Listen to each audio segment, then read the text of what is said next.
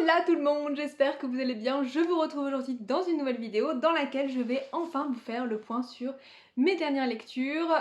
J'ai pas eu beaucoup de lectures en juin et en juillet, mais j'en ai quand même 4 à vous présenter et ce sont toutes des coups de cœur. La première lecture que j'ai à vous présenter, il s'agit de La longue marche des daims de Kathleen Carr, qui est comme ceci. C'est l'histoire d'un jeune garçon de 15 ans qui n'est pas très bon à l'école et qui d'un coup se lance dans un projet un peu fou, c'est d'acheter 1000 dindes, de les emmener à l'autre bout des États-Unis, de parcourir 1000 km avec elles pour les vendre là où elles valent beaucoup plus d'argent.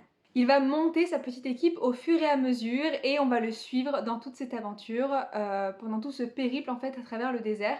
C'est un roman jeunesse mais qui est tout à fait adapté à un public adulte, hein. C'est juste que c'est tellement frais, tellement immersif, c'est tellement simple à lire, ça se lit vraiment facilement. C'est un plaisir de lire ce roman, ça se lit très vite parce que c'est écrit de manière assez simple mais pour autant c'est bien écrit, c'est très immersif dans le sens où il y a beaucoup de descriptions du milieu dans lequel on est, mais en même temps il y a du suspense, donc il y a un côté très page turner où on a envie de savoir comment ça se passe et les personnages sont extrêmement attachants, tous autant qu'ils sont. Ce qui est intéressant aussi au niveau de l'écriture, c'est que l'autrice va faire parler les personnages comme elle les imagine, donc ils ont vraiment des fois des petits accents, des petits tics de langage, ce qui les rend encore plus attachants finalement. Et c'est ça qui est génial dans ce livre, c'est qu'on a vraiment l'impression d'être avec les personnages, on a vraiment l'impression d'être au cœur du western et au cœur des États-Unis du 19e siècle. Et c'est vraiment un livre que j'ai trouvé formidable, c'est un livre qui permet vraiment de se ressourcer, de partir à l'aventure et j'ai adoré cette lecture et je trouve que c'est une super lecture pour l'été. Ensuite, dans un registre un petit peu moins sympathique cette fois, j'ai lu Le tatoueur d'Auschwitz de Heather Morris. C'est, comme son nom l'indique, une histoire qui se passe au camp de Auschwitz et Birkenau. C'est l'histoire de Lael qui est déporté à Auschwitz et qui, grâce à ses capacités en langue, va devenir tatoueur et donc il va tatouer les numéros sur les bras des détenus. Il va tout faire un petit peu pour survivre et dans ce camp, il va rencontrer une jeune femme dont il va tomber amoureux et l'histoire de ce livre en fait nous parle de Lael, donc du personnage principal, mais nous parle beaucoup surtout de cette histoire d'amour. C'est un livre qui a un sujet qui est très lourd et qui pourrait paraître très lourd quand on ne le connaît pas.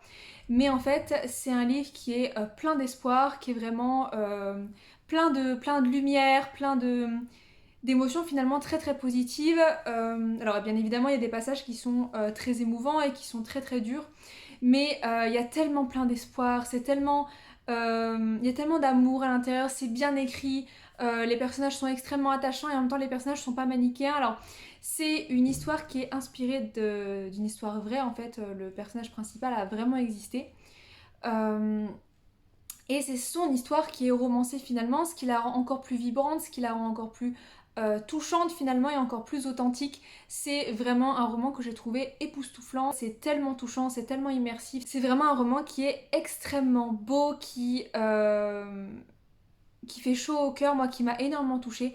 Et je vous le conseille vraiment. Surtout si cette période de l'histoire, la Seconde Guerre mondiale, vous intéresse parce qu'il y a des petits points historiques régulièrement qui vous permettent de vous mettre dans l'histoire de la Seconde Guerre mondiale, mais même si ça avait été dans un univers totalement dystopique, en fait l'histoire aurait tenu la route également. C'est vraiment magnifique et je vous conseille à 100% ce livre. On va partir ensuite sur un manga puisque j'ai terminé les 20 tomes de The Promised Neverland. Je vous montre le tome 20 mais je les ai tous lus. Il manque les 2 épisodes spéciaux que j'ai pas encore lus mais c'est à peu près la même histoire. The Promised Neverland, pour ceux qui me suivaient pas l'année dernière, c'est l'histoire d'un groupe d'enfants qui vit dans un orphelinat. Ils se rendent compte finalement que leur vie de rêve, la vie qu'ils ont dans cet orphelinat où ils sont tellement heureux, n'est pas la réalité et quelque chose de beaucoup plus grave se trame et ils essayent de s'enfuir de l'orphelinat et de pouvoir se sauver de ce qui va arriver. C'est une série de romans qui a beau être très longue, qui est pleine de suspense. Tout ce qui arrive vraiment, ça nous maintient en haleine, on a envie toujours de découvrir le nouveau. C'est un livre qui nous met en tension des fois, tellement il y a de suspense, tellement c'est intéressant. Tous les personnages sont attachants, pour autant les personnages ne sont pas forcément parfaits. Moi j'aime beaucoup les livres où les personnages ne sont pas forcément manichéens. et c'est le cas ici. Vous avez une personnalité de chaque personnage qui est vraiment très intéressante. Vous avez également une réflexion à travers l'histoire de ces mangas sur notre propre consommation à nous, et c'est ça que j'ai trouvé très intéressant. C'est bien écrit, c'est bien dessiné. C'est un livre dont le scénario a été fait par Kaiyu Shirai et Pokutsa Demizu, j'ai oublié de le dire. Vraiment, c'est une série de mangas que je vous recommande à 100%, surtout si vous commencez dans le shonen. C'est quelque chose qui peut vraiment vous happer tout de suite et vous donner envie de continuer d'autres mangas. En tout cas, moi j'ai adoré cette série. Je suis un peu triste de l'avoir finie parce que finalement je m'étais vraiment attachée au personnage. La fin est pas complètement cucu, j'ai adoré cette histoire. On va finir par un livre de littérature classique. J'aimerais vous présenter Le Cousin Pons d'Honoré de Balzac. C'est un livre que j'ai trouvé dans une boîte à livres. Et je suis pas extrêmement fan de Balzac à la base, mais j'ai eu vraiment envie de le lire parce que j'avais commencé La Comédie Humaine par La Cousine Bête et j'avais envie de continuer, et c'est vrai que ce livre fait vraiment écho à La Cousine Bête si jamais vous l'avez lu. Donc je me suis dit que c'était intéressant de vous en parler. Le Cousin Pons, c'est un des textes fondateurs de La Comédie Humaine d'ailleurs. C'est un des romans coup de poing d'Honoré de Balzac. Je l'ai appris après en faisant un peu des recherches pour cette vidéo. C'est un roman qui finalement va être assez noir puisqu'on va suivre le cousin Pons qui est une personne extrêmement gentille, extrêmement bienveillante, qui est vraiment un homme très très gentil mais qui va subir les moqueries et un peu les persécutions finalement de sa famille qui d'abord le moquent beaucoup et qui ensuite vont, quand ils vont se rendre compte qu'il a une fortune, vont chercher à le dépouiller.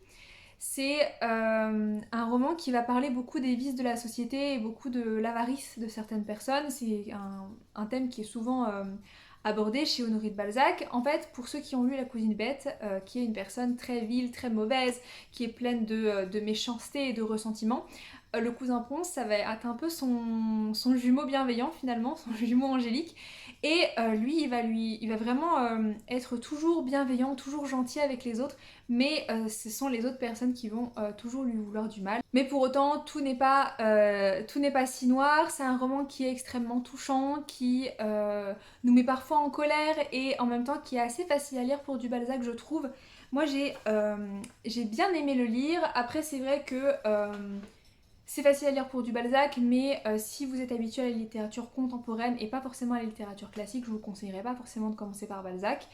C'est un des livres de Balzac les plus simples que j'ai eu à lire, mais c'est quand même assez lourd. Balzac, en fait, le problème c'est qu'il a une mise en abîme qui est assez longue, où on va présenter tous les personnages, on va décrire le contexte du livre, ça va être quand même assez long, donc pendant vraiment les premières pages c'est assez long, il faut réussir à accrocher et pas abandonner. Et après finalement l'enchaînement des événements est assez rapide, ce qui vous tient vraiment et qui vous donne envie de continuer. Mais c'est pas un livre qui est forcément facile à lire. Sur ces belles paroles, j'ai fini cette vidéo. Comme vous pouvez le voir, j'ai eu que des lectures positives ce mois-ci. N'hésitez pas à me dire vous ce que vous êtes en train de lire pendant cet été. N'hésitez pas à me dire en commentaire si vous avez lu ces livres, ce que vous en avez pensé et ce que vous êtes en train de lire en ce moment. En tout cas, je vous souhaite de très belles lectures et je vous dis à bientôt pour une prochaine vidéo. Salut!